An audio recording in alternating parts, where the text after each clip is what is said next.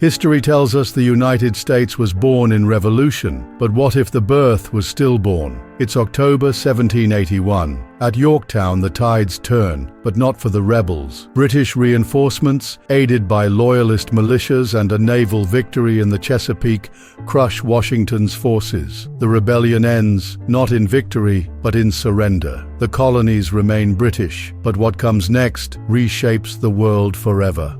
George Washington is exiled to Jamaica, Thomas Jefferson is tried for treason, Benjamin Franklin flees to France. The leaders of the revolution become outlaws, their dreams of liberty branded as sedition. In this new world, American heroes are remembered not as founders, but as failed rebels. Their names are erased from textbooks, their legacies smeared by Crown propaganda. The Liberty Bell is melted down for cannon metal. The Declaration of Independence is banned literature. Children grow up singing songs to the king, not pledging allegiance to a republic. But in taverns and back alleys, their stories are whispered with reverence. Painted portraits circulate in secret. The traitors become legends, symbols of a rebellion that nearly was. Their ideas don't die. They go underground, waiting for a generation bold enough to resurrect them. In the shadows of empire, liberty survives, smoldering, not extinguished. Instead of independence, Britain rewards loyal Canadian provinces and southern colonies with influence.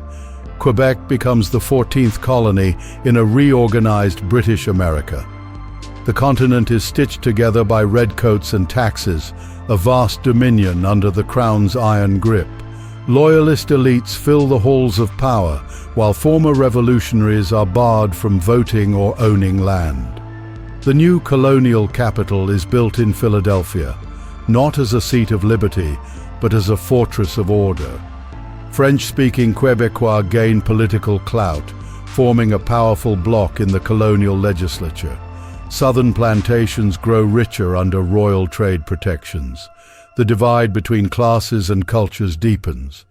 While the Crown promotes unity, resentment festers beneath the surface. In this forced harmony, loyalty is demanded, and disobedience is swiftly punished. The 14th colony may have been added, but the seeds of separation were never truly uprooted. Without independence, there's no United States, no Constitution, no Bill of Rights. British America evolves into a commonwealth, ruled by appointed governors. Slavery endures longer. Political freedom is slow to arrive. The dream of democracy flickers, but doesn't die. Colonial newspapers are censored, town hall meetings surveilled. Dissent is crushed with bayonets and court orders, yet whispers of freedom echo from Boston to Charleston. Secret clubs form, freethinkers, reform societies, liberty lodges, passing banned books, printing underground papers. British America becomes a paradox, prosperous yet oppressed. Trade thrives, but the soul of the colony grows restless. Immigrants pour in, hoping for liberty, only to find rigid loyalty tests and Crown-imposed laws. Without a constitution to protect them, even the wealthiest colonists remain subjects, not citizens. A new identity begins to form, neither British nor truly American.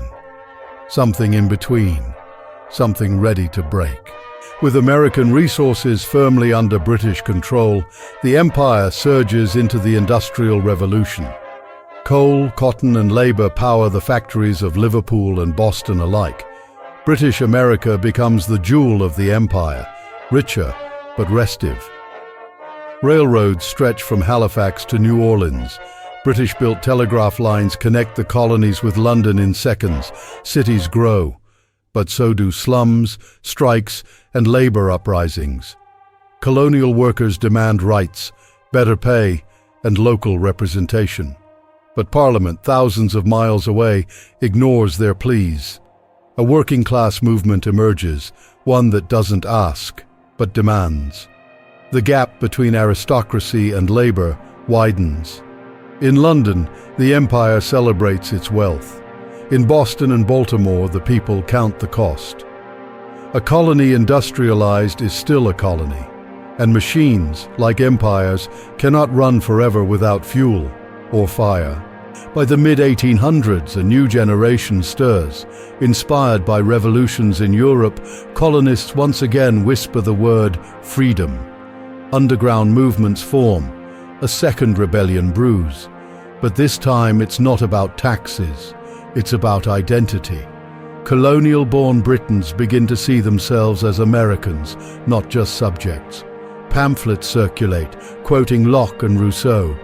Exiled revolutionaries are reborn as martyrs. A bomb in a Boston courthouse, a riot in Charleston. The Crown responds with martial law. Royal troops patrol every major city. Mass arrests follow. But the spark is lit.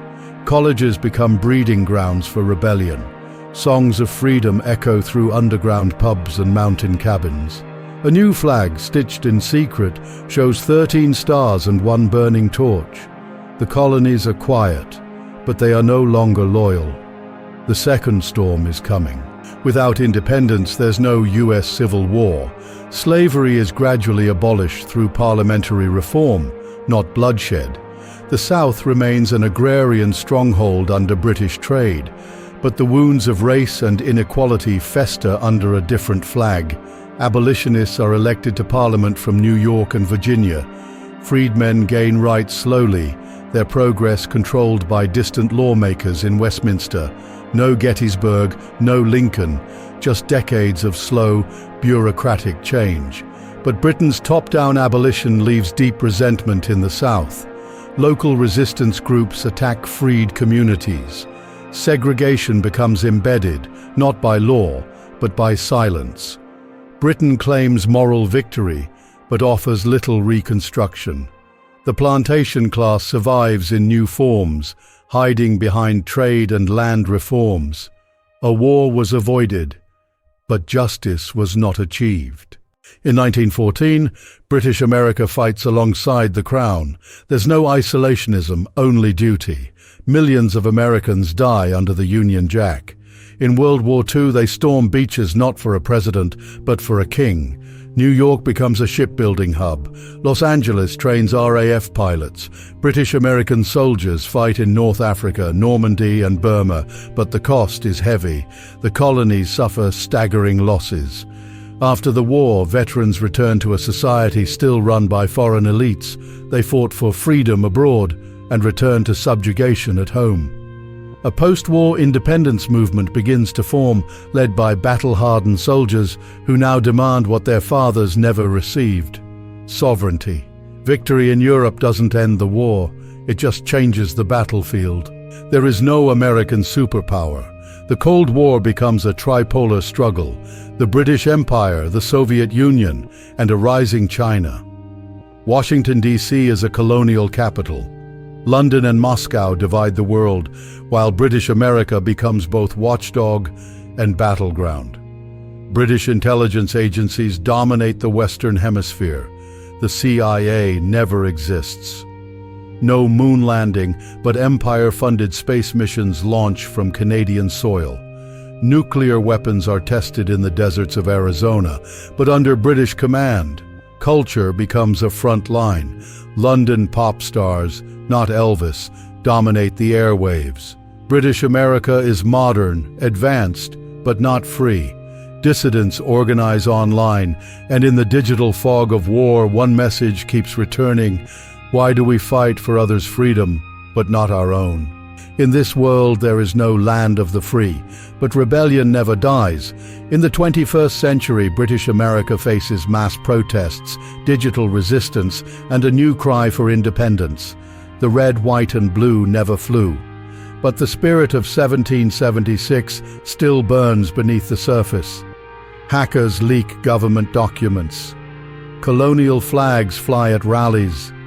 Youth chant, "We are not subjects," in the streets of New York and Atlanta. The internet becomes the new battlefield for liberty.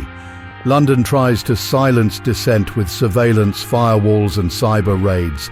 But the harder it clamps down, the louder the protests grow. Whispers become movements, movements become uprisings. At last, a question rises from coast to coast. If not now, then when? History may have taken a different path, but the destination might still be freedom. Our channel is just starting out, and every new subscriber is a building block in its foundation. Please subscribe and hit the bell to motivate us to create more videos.